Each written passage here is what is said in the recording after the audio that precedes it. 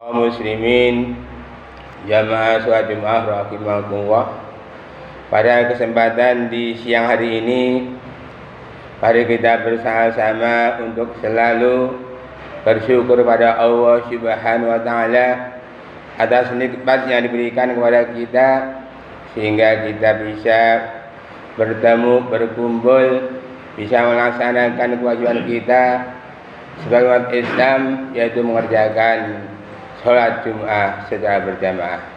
Mudah-mudahan diiringi dengan niat mencari ridha ilahi, Allah membukakan pintu barakahnya dari langit dan bumi yang berupa kebahagiaan, kedamaian, kesejahteraan, yang akhirnya kita dimasukkan ke dalam golongan orang-orang yang bertakwa.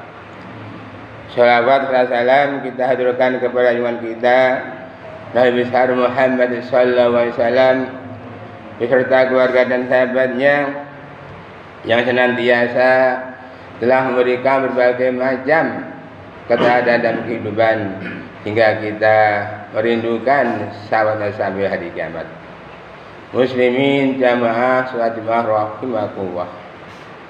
Alangkah berbahagianya kita sebagai umat Islam memiliki pedoman Al-Quran, sehingga manakala Al-Quran kita baca, kita amalkan, maka kita tidak akan salah jalan. Ketika kita akan berjalan, Al-Quran kita letakkan di depan kita, maka jalan kita akan terarah. Tapi manakala kita berjalan, Al-Quran kita letakkan di belakang, maka kita tidak akan tahu arah dan akan salah jalan. Allah Subhanahu wa taala telah memilih di antara hambanya, yaitu ada 3 golongan sebagai pewaris Al-Quran. Namun demikian, alangkah berbahagianya manakala di antara hamba tersebut kita termasuk di dalamnya. Sehubungan dengan hadis di atas, khutbah kali ini kami akan mengetengahkan tema, yaitu 3 golongan pewaris Al-Quran. Allah Subhanahu wa taala berfirman di surat Al-Fatir ayat 32, A'udzu billahi minasyaitonir rajim. Bismillahirrahmanirrahim. Tsumma awrasnal kitabal ladzina astafaina min ibadina wa minhum dzalimun nafsihi wa minhum muqtasid wa minhum sabiqun bil khairati biidznillah. Dzalika huwal fadlul kabir. Kemudian aku wariskan kitab Al-Quran ini kepada hamba-hamba kami yang kami pilih. Di antara mereka ada yang menganiaya diri sendiri, di antara mereka ada yang pertengahan, dan di antara mereka ada yang cepat-cepat berbuat kebaikan dengan izin Allah Subhanahu wa taala. Yang demikian itu adalah suatu karunia yang sangat besar. Dari ayat di atas setidaknya kita bisa mengambil pelajaran bahwa Allah Subhanahu wa taala memang memilih hamba-hambanya untuk apa? Mewarisi Al-Quran. Kita tahu bahwa kewajiban umat Islam sebagai umat yang dipilih oleh Allah mempunyai kewajiban terhadap Al-Quran. Di antaranya Al-Quran adalah dibaca, dipahami, ditabarui, kemudian diamalkan, dihafalkan, dan didakwahkan. Namun demikian, tidak semua hamba bisa melaksanakan hal tersebut di atas. Maka dari itu Allah memilih di antara 3 hambanya. Adapun golongan yang pertama adalah golongan zalimun li nafsi, yaitu orang yang aniaya. Kita tahu bahwa orang yang aniaya terhadap diri sendiri adalah berusaha meninggalkan kewajiban dan mengerjakan larangan. Ditanya, agamamu apa? Islam. Berdoamu apa? Al-Quran. Dibaca? Tidak. Sholat? Enggak. Puasa? Enggak. Ini adalah suatu perbuatan yang menganiaya diri sendiri. Banyak sekali kewajiban-kewajiban yang tinggalkan. Ketika datang Ramadan, dia tidak puasa. Ketika diperintahkan untuk sholat berjamaah, dia tidak sholat berjamaah. Ketika diajak untuk tadarus tilawah, dia tidak mau, yaitu laksanakan tilawah. Namun demikian, ketika ada larangan-larangan, mari kumpul-kumpul, mari kita rame-rame, kemaksiatan, kemungkaran, dia ingin mendatanginya. Maka dari itu, orang yang dzalimun nafsih adalah amal keburukannya lebih banyak daripada amal kebaikan. Untuk itu, orang yang dzalimun nafsih ini adalah juga termasuk orang-orang yang bodoh. Innal insana dzaluman jahula. Sesungguhnya orang-orang manusia itu adalah orang yang aniaya dan bodoh-bodoh.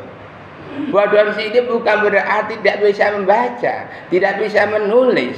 Tapi dia adalah benar-benar bisa membaca, bisa menulis. Tapi apa? Hidayah dari Allah Subhanahu wa taala, iman dari Allah Subhanahu wa taala tidak mau, yaitu merasa berdam-dada.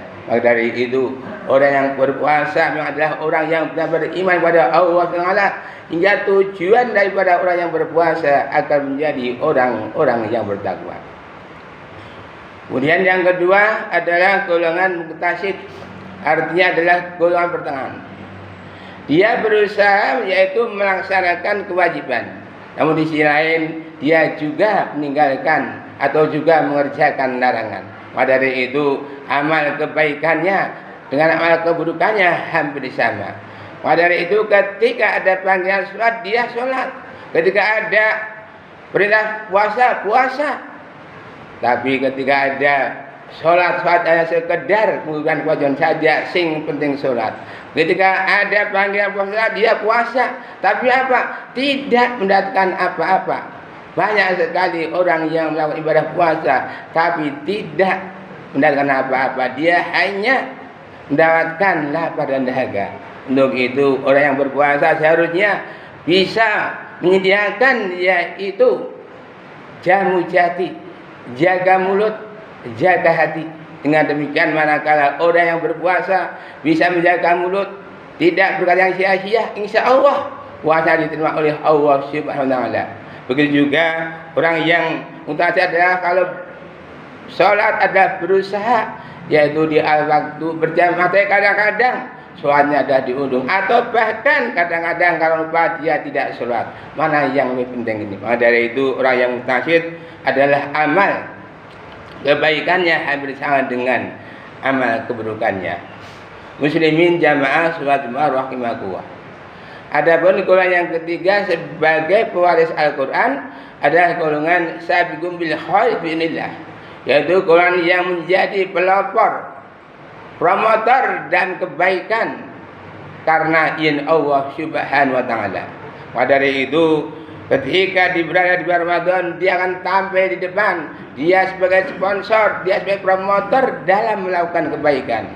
Karena apa? Di bulan Ramadan adalah bulan yang dikenal dengan berkah, bulan yang dikenal dengan maghfirah, bulan yang dikenal dengan pemberian ampunan kepada orang yang berpuasa. Namun demikian dia berusaha untuk bisa mendapatkannya ketiga-tiganya. Sebagai tanda di bulan Ramadan ini kita mendapatkan berkah adalah kita senantiasa yaitu menjaga kualitas puasa kita. Kita juga menjaga yaitu sholat di al-waktu, berjamaah dan di masjid. Begitu juga ketika kita membaca Al-Quran senantiasa yaitu wandi wanjus. Karena betapa banyak pahalanya orang yang membaca Al-Quran. Hanya di bulan Ramadan saja Al-Quran dilipat gandakan. Satu huruf adalah satu kebaikan. Di bulan Ramadan satu huruf dilipat gandakan menjadi 10 kebaikan. Yang jadi pertanyaan adalah berapa huruf dalam Al-Quran? Maka kalau kita mau menghitung berapa jumlah huruf Al-Quran, adalah dalam Al-Quran ada hurufnya adalah 1.027.000. Maka kalau kita bisa menghatamkan sekali kalimat saja, maka kebaikannya adalah menjadi 10.027.000. Maka dari itu berbahagialah bagi mereka yang sudah menghatam Al-Quran. Tapi bagaimana dengan yang belum? Apakah Anda mendapatkan berkah di bulan Ramadan atau malah mengalami kerugian? Karena banyak sekali orang-orang di bulan Ramadan banyak sekali mengalami kerugian. Ketika ada perintah puasa, dia nggak puasa. Ketika puasa, dia nggak menahan, hanya sekedar menahan lapar dan dahaga. Ketika puasa, dia tidak menjaga